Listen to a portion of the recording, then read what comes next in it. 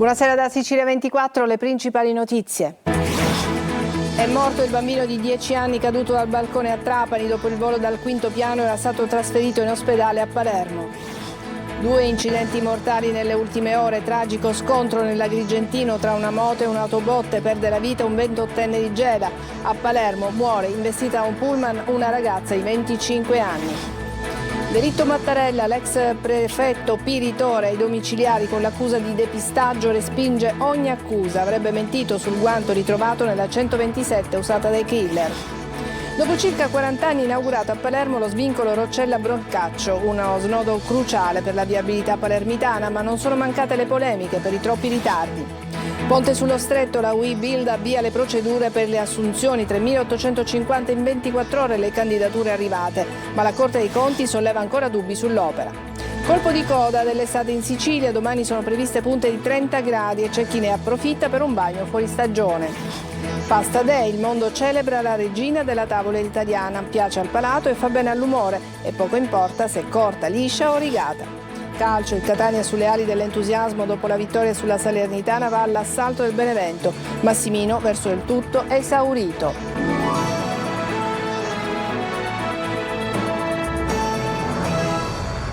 Non ce l'ha fatta, è morta all'ospedale di Cristina il bambino che ieri sera è caduto dal balcone della sua abitazione al quinto piano di una palazzina di via Pantelleria a Trapani. Le sue condizioni erano subito apparse molto gravi. Sull'incidente sta indagando la polizia. Laura Spanò. Il cuore di Alessandro si è fermato, non ce l'ha fatta. Quelle ferite riportate nell'impatto con l'asfalto erano troppo gravi. Il bambino di 10 anni di Trapani da ieri sera è ricoverato all'ospedale di Cristina di Palermo, dove era arrivato in soccorso dopo aver subito un primo delicato intervento eseguito dai medici dell'ospedale Sant'Antonio Abate che avevano tentato di salvarlo. Gli erano stati asportati alcuni organi compromessi nella caduta. Al di Cristina il bambino ha combattuto per 20 ore circa prima di morire. Venerdì nel tardo pomeriggio Alessandro, affetto da una grave forma di autismo, era sfuggito per un attimo al controllo della mamma e si era diretto verso il balcone dell'appartamento al quinto piano di via Pantelleria, da dove è volato finendo sull'asfalto. A nulla è valso l'arrivo immediato dei sanitari del 118 e il trasporto al pronto soccorso dell'ospedale in codice rosso. Le sue condizioni sono apparse subito critiche, presentava gravissimi traumi su tutto il corpo. Le circostanze dell'incidente non sono ancora del tutto chiare e su questo indaga la polizia. Dolore e straccio in città, tutti hanno infatti sperato fino all'ultimo in un miracolo. Nell'Agrigentino un ragazzo di 28 anni ha perso la vita, si è scontrato con il suo scooter su un'autobotte. Sentiamo Davide Sardo. Aveva solo 28 anni Giuseppe Di Stefano, il giovane di Gela, che ha perso la vita in un tragico incidente stradale sulla provinciale 67 San Michele, la strada che da Licata conduce a Mollarella e ad altre località balneari. Era in sella alla sua moto una Ducati R6 quando, per cause ancora in corso di accertamento, si è scontrato con un'autobotte. L'impatto è stato devastante e non ha lasciato scampo al Centauro. Scattato l'allarme, sul posto sono arrivati in pochi minuti i soccorritori 118 ed un'ambulanza dell'ospedale in Giacomo Altopasso dedicata. È stato richiesto anche l'intervento del soccorso che è atterrato nelle vicinanze del luogo dell'incidente. Purtroppo i sanitari hanno potuto soltanto constatare il decesso del giovane. L'elicottero dopo alcuni minuti è ripartito senza la salma. La strada provinciale è rimasta chiusa per diverse ore per consentire ai rilievi la rimozione dei mezzi e del cadavere. Sul posto la polizia municipale e gli agenti del commissariato di Licata impegnati a ricostruire la dinamica del violento impatto. Un pomeriggio di fine ottobre segnato dal dolore e dalla tragedia. Un'altra giovane vita spezzata sull'asfalto. E un altro gravissimo incidente è avvenuto a Palermo, dove una ragazza di 25 anni è stata investita da un pullman. Sentiamo Simona Mazzone. Le sue condizioni erano apparse già gravissime subito dopo l'incidente che si è verificato a Palermo, dove una donna di 25 anni è stata investita da un pullman di linea extraurbana mentre camminava a piedi in via Buon Riposo. Grace Opoku era una giovane immigrata e stava passeggiando quando, per cause ancora in fase di accertamento, è stata travolta da un autobus. In un primo momento era stata diffusa la notizia che la ragazza fosse incinta, informazione poi smentita eseguita dai sanitari del pronto soccorso.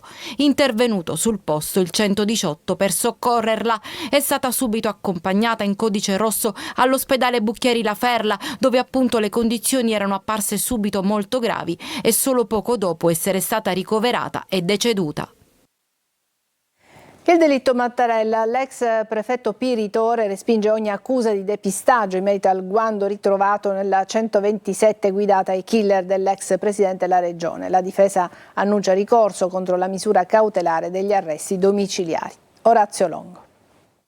Quel guanto lasciato sotto il sedile della Fiat 127 avrebbe potuto dare oggi forse un volto al killer che il 6 gennaio del 1980 uccise il presidente della regione Piersanti Mattarella. Ma di quel guanto destro di pelle marrone non c'è più traccia, come dell'agenda rossa di Paolo Borsellino, scomparsi subito dopo gli attentati, per mano di chi non è possibile dirlo. Di certo, dopo più di 40 anni e con le ultime indagini della Procura di Palermo, l'idea del grande depistaggio istituzionale sembra sempre più concreta. L'ombra di pezzi delle istituzioni dietro al sistematico inquinamento delle prove. Con l'accusa di depistaggio è stato posto ai domiciliari Filippo Piritore, ex poliziotto della squadra mobile, arrivato ai vertici di questure e prefetture di mezza Italia. Secondo l'accusa sarebbe lui il funzionario infedele che avrebbe contribuito a far perdere le tracce del guanto, costruendo un castello di bugie. Alla squadra mobile è stata ritrovata dalla DIA la relazione con cui Pipitore diceva di avere fatto consegnare il guanto all'allora PM del caso Piero Grasso. Ma Piero Grasso nega che questo sia mai avvenuto. Del resto, dice, non vi era alcuna ragione investigativa per far arrivare il guanto direttamente sulla mia scrivania. Se fosse stato davvero consegnato, vi sarebbe un atto di ricevuta mio o della mia segretaria. In quei giorni, dice Grasso, fecero di tutto per fermarci e del guanto non vi fu alcuna traccia. Intanto l'ex prefetto Piritore ha respinto ogni accusa nel corso dell'interrogatorio fatto davanti al GIP Antonella Consiglio. Se avessi voluto far scomparire quel reperto non avrei scritto nulla, ha detto. Secondo la procura, Piritore avrebbe commesso il reato di depistaggio nel corso di un interrogatorio dell'anno scorso. La difesa di Piritore ha annunciato il ricorso al Tribunale del riesame contro la misura cautelare disposta dal GIP. A Catania controlli ad alto impatto nel quartiere Librino, 70 le persone che sono risultate positive all'uso di droga, inoltre sono stati trovati anche 2 veicoli rubati. Simona Mazzone. Un venerdì nero per chi è uscito di casa con l'intento di infrangere la legge. Il quartiere catanese di Librino è stato passato al setaccio con una serie di operazioni interforze di controllo ad alto impatto. Si è partiti da Viale Moncada, dove polizia coadiuvata dai cinofili, carabinieri, guardia di finanza e polizia locale su poco più di 300 persone fermate ne hanno trovate oltre 70 positive agli stupefacenti. Una di queste è stata denunciata perché trovata in possesso di cocaina e cannabinoidi. E i controlli su strada hanno consentito di individuare 2 veicoli rubati, un'auto e un ciclomotore, e di elevare una 60ina di verbali per varie violazioni, come la mancata copertura assicurativa per oltre 40.000 euro. Inoltre, nel corso della serata un veicolo è stato confiscato. Tra le perquisizioni personali effettuate, una ha dato esito positivo. Infatti una persona è stata denunciata per detenzione e spaccio di stupefacenti, poiché è trovata con 60 grammi di hashish che sono stati sequestrati. I controlli straordinari interforze sono stati stabiliti dal Comando Provinciale per l'Ordine e la Sicurezza Pubblica della Prefettura di Catania e si concentrano soprattutto nel fine settimana, con particolare attenzione ai quartieri periferici, come in questo caso, e soprattutto al centro cittadino e ai luoghi della movida, con una funzione repressiva dei reati in genere, ma anche per garantire un'adeguata cornice di sicurezza a cittadini e turisti. E dopo quasi 40 anni a Palermo è stato inaugurato lo svincolo Roccella-Brancaccio, uno snodo cruciale per la viabilità palermitana, ma non sono mancate le polemiche proprio per i troppi ritardi. Marco Gullà. Dopo circa 40 anni, da oggi lo svincolo di Roccella, o meglio di Brancaccio, è stato finalmente aperto. Uno snodo cruciale per la viabilità palermitana. Non sono mancati intoppi, come quando, a fine settembre, proprio pochi giorni dopo il via alla bonifica, si è registrato l'ennesimo abbandono illegale di rifiuti ingombranti. Il taglio del nastro mette fine a una telenovela infinita. Questo svincolo viene concepito in un altro secolo e viene realizzato sicuramente tardivamente rispetto ai tempi europei. però l'importante è che questa amministrazione sia giunta, è stata capace a mettere la parola fine a un lavoro tanto atteso e tanto in ritardo. Sono stati impiegati 3.200.000 euro che sono il frutto di una convenzione a scomputo con la società che aveva costruito il forum, completato credo nel 2009, quindi con 15 anni di ritardo impegniamo le somme, facciamo un accordo e consegniamo alla città la famosa Porta Sud. Polemiche, critiche, un tratto di strada che collega l'autostrada con la periferia del capoluogo, rimasto in naftalina per 4 decenni. Un'icona delle incompiute, finalmente compiute. Lo dico con convinzione che mai come in questi mesi si è registrato un rapporto di collaborazione così dinamico e strategico tra il governo regionale ed ANAS, in persona sia del suo amministratore delegato Giorgio Gemme che del nuovo direttore regionale. E torniamo a parlarvi del ponte sullo Stretto. La Corte dei Conti non scioglie i dubbi, anzi chiede nuove verifiche. Tutto questo proprio quando Webuild ha lanciato le selezioni per le assunzioni, 3.850 le candidature che sono arrivate in poco più di 24 ore. Francesco Triono.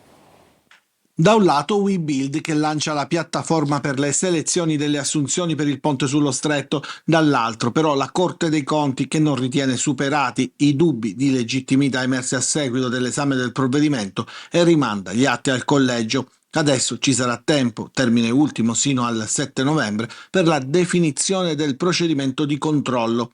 I rilievi nel documento della magistratura contabile riguardano tra le altre cose la concorrenza sul bando di gara anche alla luce delle significative modifiche intervenute nel progetto originario e delle sostanziali modificazioni rispetto alle modalità di finanziamento dell'opera. Tanto basta per riaprire la contesa politica attorno all'opera con Verdi, Sinistra e CGIL che chiedono espressamente di fermare il progetto, mentre dalla Lega c'è chi parla di ostilità da parte della Corte dei Conti, che da parte sua sottolinea come, tenuto conto della particolare rilevanza della infrastruttura, è esigibile un maggiore livello di esplicitazione delle valutazioni effettuate.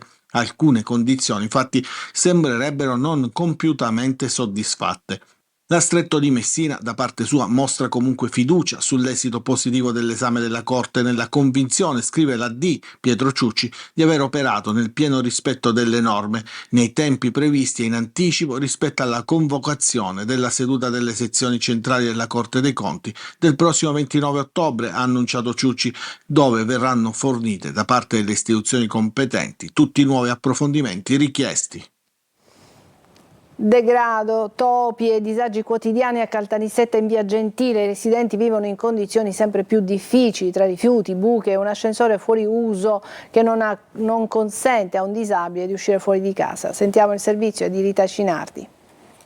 Topi, buche lungo tutto il manto stradale, immondizia, scarti edili, un ascensore fermo da settimane. Via Gentile a Caltanissetta ormai un quartiere da incubo per i suoi residenti, costretti a convivere con il degrado nonostante le innumerevoli segnalazioni all'Istituto Case Popolari, segnalazioni che non hanno mai sortito alcun effetto, ma oggi per chi abita in questa zona della città la situazione è insostenibile. A tarda sera grossi ratti si arrampicano sui muri vicino all'ingresso e qualcuno se li ha anche ritrovati dentro casa. Ormai i topi sono i nostri coinquilini più affezionati. Li troviamo ovunque, a casa, nei balconi, nella scala, nel quartiere.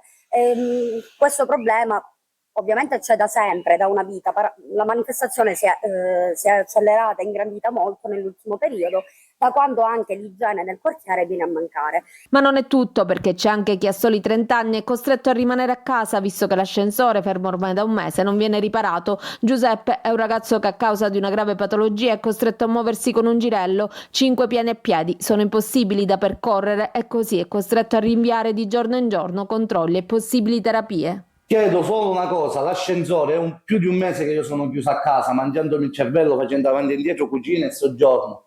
Perché non posso uscire per fare una visita, non posso uscire per andare al psichiatra, non posso uscire manco per prendere un boccone d'aria e dire respiro un po' d'aria diversa.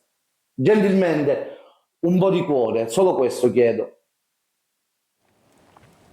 Cambiamo argomento, colpo di coda dell'estate in Sicilia, dove domani nelle province di Catania e Siracusa sono previsti anche 30 gradi e c'è chi ne approfitta per un bagno fuori stagione. Emanuela Corsi. È un fine settimana che sa di estate in Sicilia. Un'ondata di caldo anomalo sta investendo in queste ore l'isola, dove nella giornata di domani si prevedono temperature tipicamente estive. Sarà un weekend particolarmente caldo in Sicilia, soprattutto nella giornata di domani, quando in alcune aree tra il siracusano e il catanese, con l'arrivo dei venti di libeccio, si potranno raggiungere valori anche attorno ai 27-28 localmente, e anche 29 se non addirittura 30 gradi. Sole tanto caldo, quindi, che per gli amanti del mare diventa un'occasione per fare un bagno fuori stagione.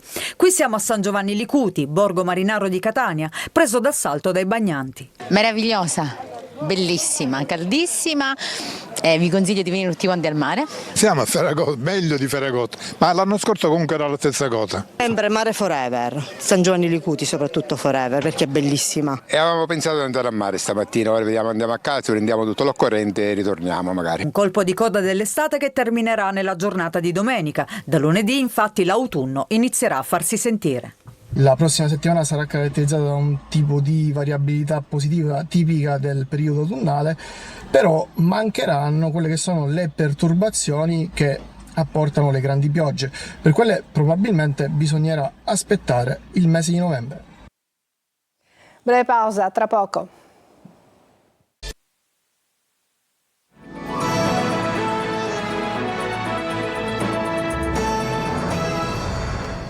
Bullismo e cyberbullismo, se ne è discusso ad Acireale. L'iniziativa promossa da Telefono Arcobaleno punta sul coinvolgimento e la formazione degli insegnanti. Orazio Longo. Dallo stereotipo di genere al bullismo e al cyberbullismo, la scuola è uno dei contesti in cui il minore manifesta non solo i bisogni, le aspettative e le sfide, ma soprattutto le difficoltà che può esprimere nel corso della sua crescita.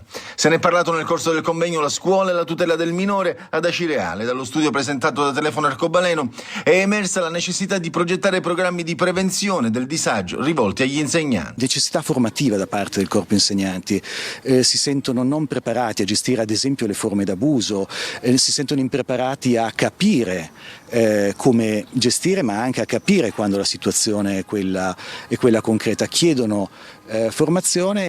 Violenza sulle donne, tutela dei minori, povertà educativa sono i temi degli incontri in una logica di cooperazione e contatto diretto con tutti i soggetti che si trovano a dover gestire il sospetto maltrattamento. Abbiamo dei minori che hanno bisogno di essere seguiti dallo Stato e quindi dai servizi che lo Stato fornisce, in questo caso anche il sistema sanitario, oltre che servizi sociali, ma non abbiamo un coordinamento di tutti questi organismi istituzionali. Parlo del Tribunale, parlo delle forze dell'ordine, parlo dei comuni, parlo appunto del servizio sanitario regionale. Credo serva mettere questo a regime, trovare il modo per fare parlare questi interlocutori. La ricerca, realizzata tra aprile e giugno 2025, ha coinvolto circa 60.000 insegnanti in tutta la Sicilia. Nella giornata mondiale della pasta anche noi abbiamo voluto rendere un tributo al piatto più amato dagli italiani, ma non solo. Tonino De Mana. Cos'è oggi? La giornata mondiale della pasta? Esatto, ti sei aggiudicato un bel piatto di pasta, come lo facciamo? Carbonara? Carbonara. Spaghetti con pomodoro. Pasta o norma? Pomodoro, carbonara, norma e poco importa se corta, lunga, liscia o rigata. La protagonista indiscussa è la pasta, un piatto irresistibile che stimola il palato e non solo. Un italiano su due mangia pasta ogni giorno, con l'export che cresce di anno in anno e che conquista i mercati di tutto il mondo, dal Regno Unito alla Germania, dalla Francia agli Stati Uniti. Fa bene alla convivialità e al sonno. Un piatto di pasta aumenterebbe anche la serenità grazie alla produzione di serotonina, l'ormone del buon umore. Infatti mette buon umore, d'altronde con gli zuccheri che contiene ti rianimi, come si suol dire. Spaghetti. Come sono? Buonissimi. Faccia il bagno e l'acqua è caliente e mangia la pasta. Maccherone, mi hai provocato e io ti distruggo adesso. Alberto Sordi, che divora la pasta, è una delle scene più famose del cinema italiano e la celebra anche la nazionale femminile di volley, campionesse del mondo e basta, anzi è pasta. Adesso ancora una breve pausa e poi il calcio.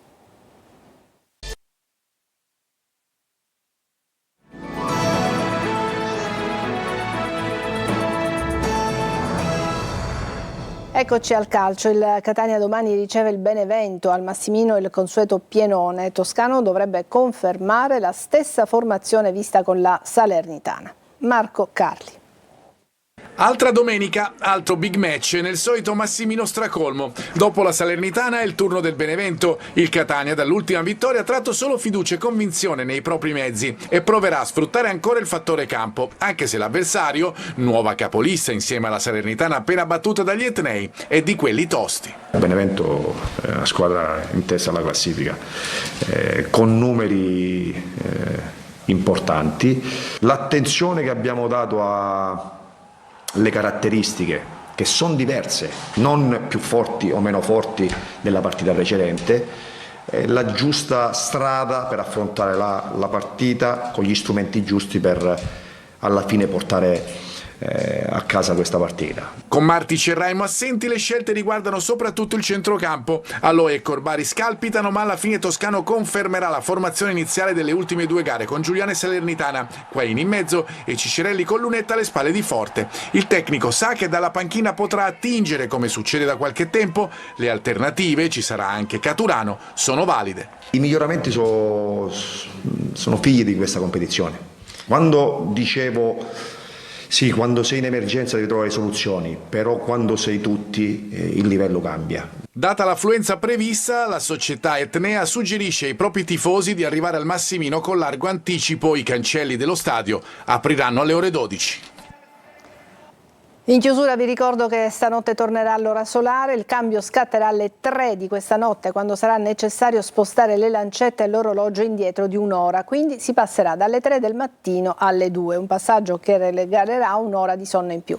L'ora solare resterà in vigore fino all'ultimo fine settimana di marzo. E adesso è veramente tutto, grazie per averci seguito, buona serata.